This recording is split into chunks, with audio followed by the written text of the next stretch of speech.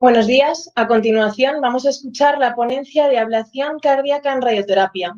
Lo va a contar Diego Clervo. Él es radiofísico adjunto del Servicio de Radiofísica y Protección Radiológica del Hospital Universitario Central de Asturias desde el año 2005. Bienvenido, Diego, cuando quieras. Muchas gracias. Bueno, buenas a todos. Lo primero, decir que intentaremos que pese a la distancia que supone hacer estas grabaciones, todo se escuche y se entienda perfectamente. Bueno, pues tal y como pone en el título, de lo que voy a hablar es de la ablación cardíaca en radioterapia, ¿no?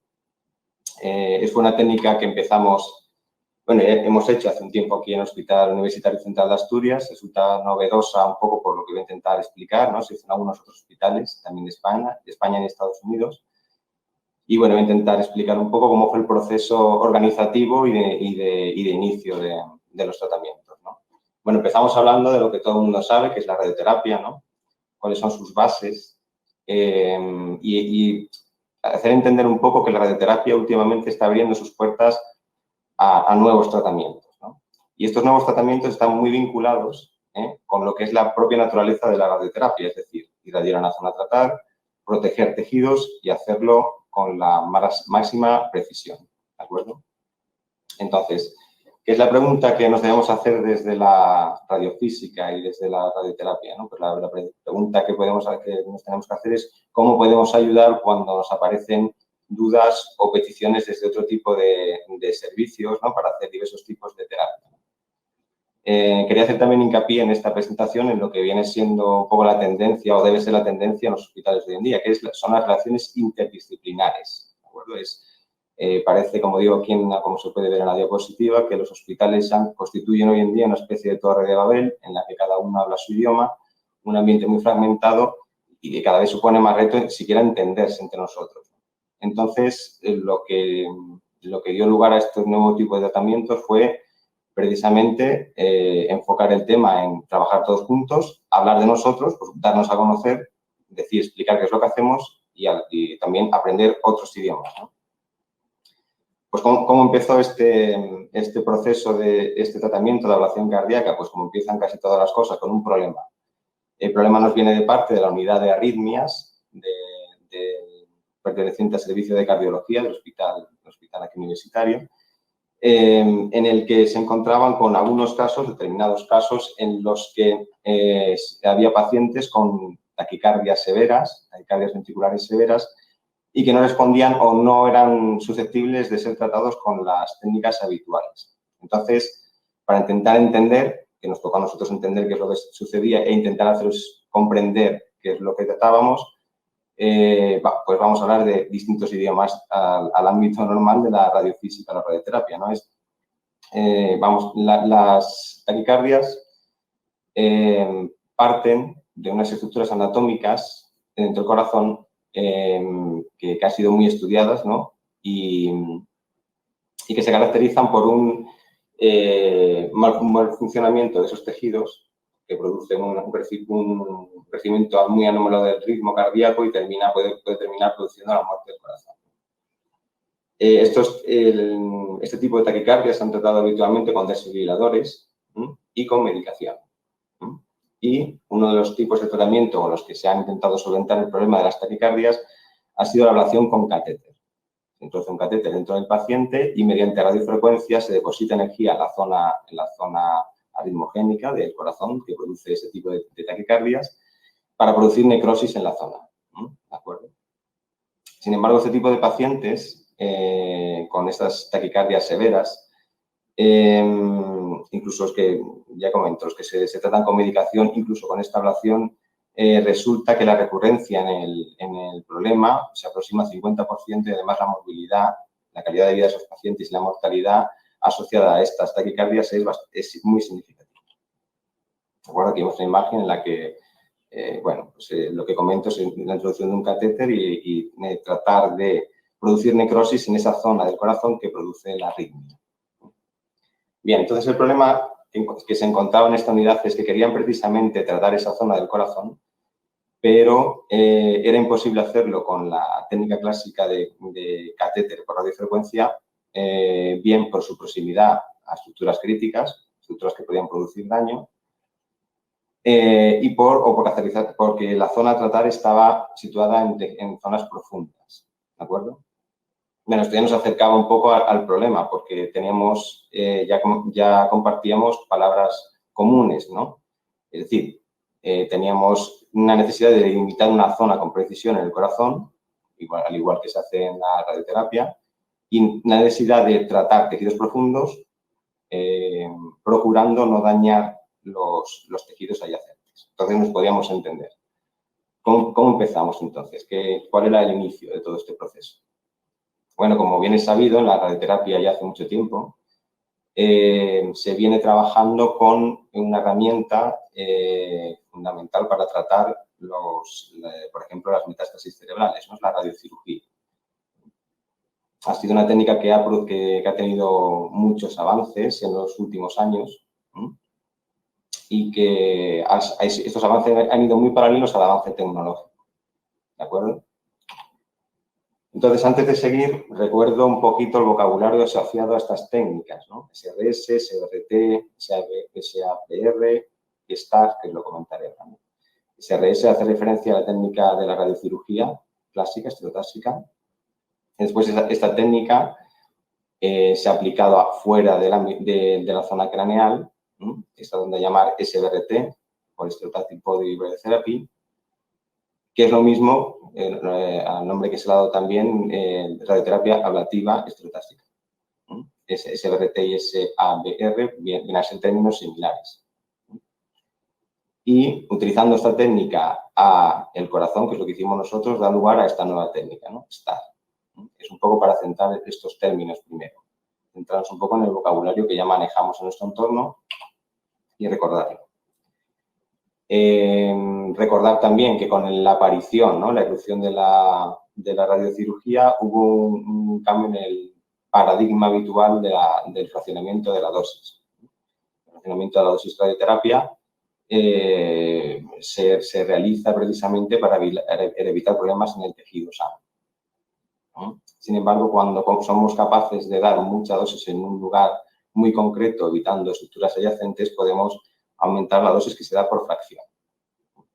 Como comentaba antes, este proceso fuera de lo que es el cráneo, pues dio lugar al SBRT, es decir, somos capaces de aplicar esa misma técnica, somos capaces de dar mucha dosis en un lugar determinado con mucha precisión, fuera del cráneo, para tratar pues metástasis o tumores de pulmón o de hígado, ¿no? Es una técnica habitual, desde luego, en nuestro hospital y en muchos más hoy en día. Y también se utiliza esta técnica para tratar pues lesiones no de origen necesariamente oncológico, ¿no? Como las neuralgias, el trigémino o malformaciones. Es decir, tenemos esas herramientas, trabajamos con ellas. Incidir o hacer también una pequeña aclaración sobre cómo actúa la SBRT en los tejidos.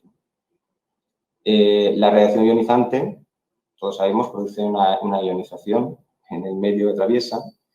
Y el daño en concreto que produce en el tejido sano está producido fundamentalmente por dos factores. Una es la ruptura de la cadena del ADN, ¿no? Que puede llegar a producir la muerte celular por apoptosis, y también produce daño vascular. Daña la vascularización de la zona y la célula muere también, ¿no? Parece que en la SBRT el mecanismo que produce la muerte celular en estos casos de alta dosis, ¿no? Es una combinación de esos dos factores, no está tan clara como cuando la dosis es fraccionada, pero desde luego es una combinación de estos dos factores. Y lo que quería comentar precisamente es por qué los efectos de la SBRT sobre un tejido, cuando estamos tratando con ella, no van a ser inmediatos, ¿no? Al igual que muchos efectos de la radioterapia pueden tardar en aparecer días o incluso meses. Primera diferencia con el tratamiento mediante catéter y radiofrecuencia que se estaba utilizando en la unidad de arritmias, donde lo que es el efecto es mucho más inmediato. Bien, pues otra cosa, tenemos más manos y más herramientas para trabajar, o tenemos más manos y más herramientas para trabajar y atacar el problema, ¿no? En nuestro ámbito, de la radiofísica y la radioterapia, estamos bastante acostumbrados al flujo de información entre diversos servicios muy concretos, ¿no? Como es el de oncología médica, medicina nuclear, diversos servicios que tienen relación con lo que hacemos. Centrado además especialmente en el uso de la imagen, en especial importancia en el trasvase de imagen, en el entendimiento de las imágenes, ya sea de tipo TC o de PET-TAC, bueno, trabajamos con ellas habitualmente y nos cambiamos de información. Es decir, somos capaces con esas imágenes, como bien sabéis, de delimitar volúmenes, de delimitar estructuras tridimensionales y además tratarlas con precisión submilimétrica. ¿De acuerdo? Somos también capaces de modular la dosis dentro del paciente con un alto índice de gradiente. Somos capaces de modelar la dosis, como aquí en el ejemplo, como si fuese realmente un elemento de barro que podemos modular a nuestro antojo. ¿De acuerdo? Tenemos todas esas herramientas en las manos. ¿Cuál fue el primer reto entonces para nosotros? Identificar al enemigo. ¿Cómo localizamos nosotros fuera de nuestro ámbito esa zona que tenemos que tratar, ¿no?, en el corazón? Y cómo identificamos las zonas susceptibles de sufrir daño. Era un tratamiento novedoso, por lo menos no estaba muy bien recogido, había diversos artículos y teníamos que buscarnos un poco la vida en cómo delimitar determinadas zonas, ¿no?, y cómo trabajar con las zonas. Bien, la unidad de arritmias, el Hospital aquí Universitario Central de Asturias, hace tiempo que trabaja también con un método que para nosotros fue novedoso, nos llamó también la atención, que es un método para identificar esas zonas que producen las arritmias en el corazón mediante un método no invasivo que consiste en la utilización de un chaleco que tiene 256 electrodos y que recogen la señal del corazón.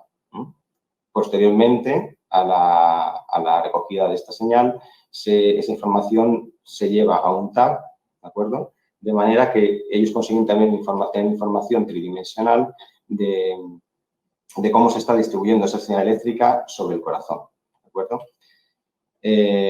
Para hacerlo un poquito más visual, pues aquí podemos ver, ¿no?, cómo se le coloca primero al paciente el chaleco. Posteriormente, con ese chaleco se le lleva al TAC, ¿de acuerdo?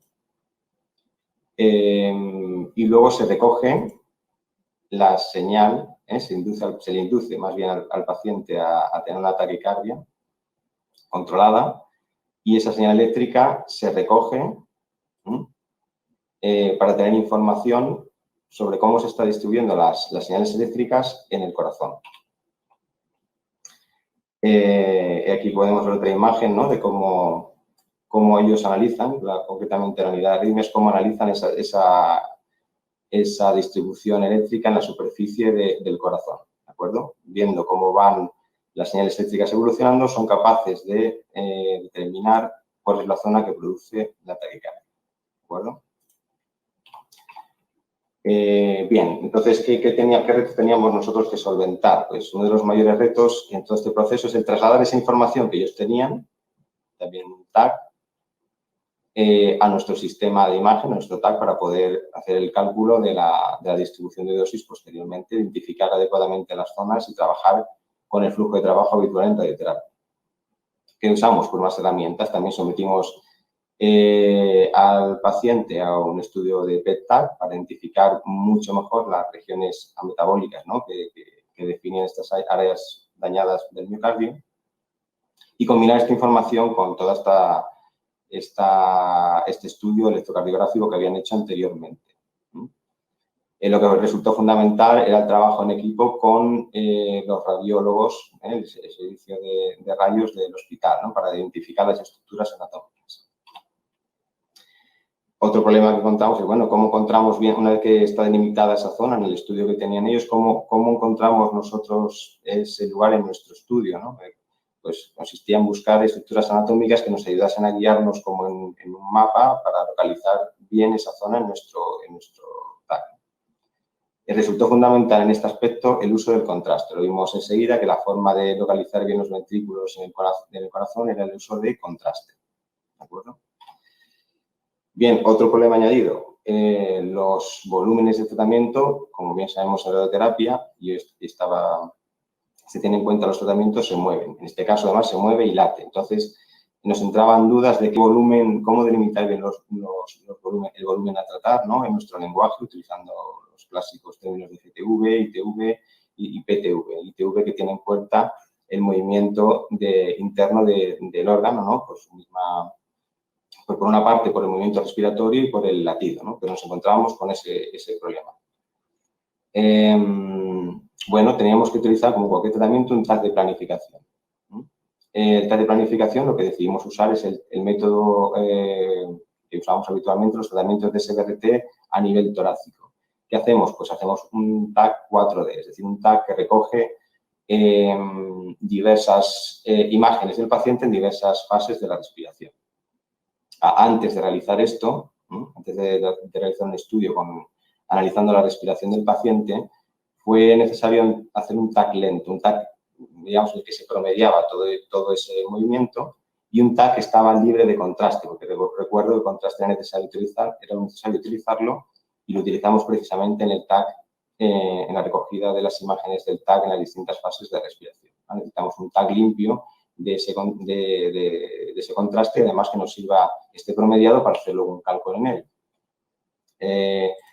Bueno, esto es una imagen que quien esté habituado a trabajar con una imagen de TAC 4D, pues resultará familiar, ¿no? En lo que recogemos las imágenes del paciente en distintas fases y podemos analizar los movimientos de los órganos y del volumen a tratar. Por supuesto, la embolización que utilizamos en este caso es la habitual en los casos de tratamientos de SBRT a nivel torácico, con la compresión abdominal para minimizar el impacto del movimiento respiratorio. Como he dicho, recogimos imágenes del paciente en distintas fases del ciclo respiratorio.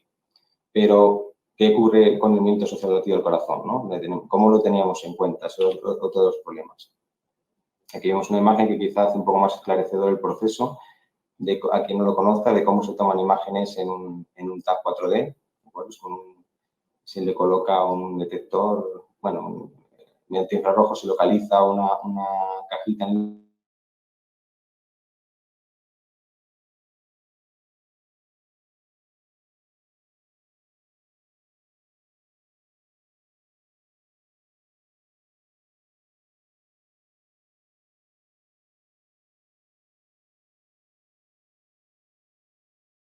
en el paciente, se contornea la zona a tratar en el corazón. Y le añadimos un margen de ITV, primero debido al movimiento respiratorio, y luego lo que hicimos es analizar diversos puntos anatómicos marcados por el oncoterapeuta, que analizamos y vimos cómo se movían las distintas fases recogidas en el TAC. Todos esos márgenes lo combinamos y nos dio el volumen a tratar. En el caso que estoy comentando, fueron dos pacientes que nos dieron dos volúmenes de distinto, un de 26 centímetros cúbicos uno y otro de 80 centímetros cúbicos, ¿no? Nos llamó la atención, lo primero que nos llamó la atención es lo grande que era, ¿no? Lo grande que era. Bueno, evidentemente también utilizamos las imágenes del PET, es decir, hicimos uso de todas las herramientas que estaban en nuestro proyecto. Una vez que teníamos contorneado todo esto en las distintas fases, bien establecidos los márgenes, la planificación ya era, bueno, pues la fase de utilizar una planificación típica o del estilo que lo usábamos para hacer una SBRT a nivel torácico. Pues utilizamos VMAT, hicimos como habitualmente se hace en ese tipo de tratamientos de SBRT, con alta conformación y alto gradiente, Eclipse, como digo, con VMAT, 3 arcos no coplanares, de energías de 10 MV sin filtro planador, con acelerador de variant Trubin, ¿de acuerdo? También hicimos comprobaciones, como se ha visto en estos casos, de CBCT para colocar al paciente y también traslación entre arco y arco para hacer un control de cuál es el posicionamiento del paciente. La dosis, pues la dosis fue de la que estaba estipulada en los artículos de 25 horas de sesión única, encontrándonos con una pequeña inconveniencia que era que en uno de los pacientes este esquema podía producir algún daño al tejido que estaba cerca y decidimos, de forma un poco más o menos novedosa, en ese tipo de tratamientos, porque estaba recogido, porque yo digo no hay muchas referencias, decidimos fraccionar el tratamiento. Luego, por supuesto, se hizo la verificación por parte del servicio de radiofísica, como siempre se hace con todos estos pacientes, ¿de acuerdo? ¿Y cuáles son los resultados que obtuvimos? Pues bueno, pues que la evolución de estos pacientes, que se hizo un seguimiento por parte de la unidad de arritmias del hospital, pues fue se observó un resultado muy satisfactorio, ¿no? Incluso en uno de los casos el paciente llegó a llevar una vida normal dentro de lo que se puede llevar con este tipo de enfermedad. Y como conclusión, y hacer un poco de énfasis en lo que decía al principio, yo creo que era hacer una reflexión sobre cómo los nuevos retos y las nuevas soluciones en los tratamientos está claro que pasan por un enfoque multidisciplinar. ¿De acuerdo? En que muchos servicios deben entenderse y ponerse de acuerdo. Y, como decía también al inicio, para volver a subrayar un poco esta idea, la ablación por radioterapia parece que nos abre las puertas a nuevos tratamientos. La experiencia que tenemos acumulada en los servicios de radiofísica, de oncología radioterápica, pues está claro que puede y debe convertirse en una herramienta para dar soluciones. Esta técnica, como la de esta que he descrito ahora, de ablación cardíaca, constituye un éxito siempre que se mantenga que tenga continuidad en el tiempo. No nos vale contratar a un paciente y acabar, ¿no? Hay que intentar dar una continuidad, ofrecer un servicio de tratamiento con esta técnica a más pacientes. Y yo también tengo una pequeña reflexión que el número de pacientes susceptibles de tratar con esta técnica es pequeño, siempre importante, pero quizás sea necesaria la comunicación entre los distintos centros que lo estamos haciendo para compartir experiencias. Bueno, otra vez, compartir, hablar y unificar criterios. ¿De acuerdo? Bueno, pues esto ha sido todo. Espero que haya quedado más o menos claro la explicación y muchas gracias a todos por la atención.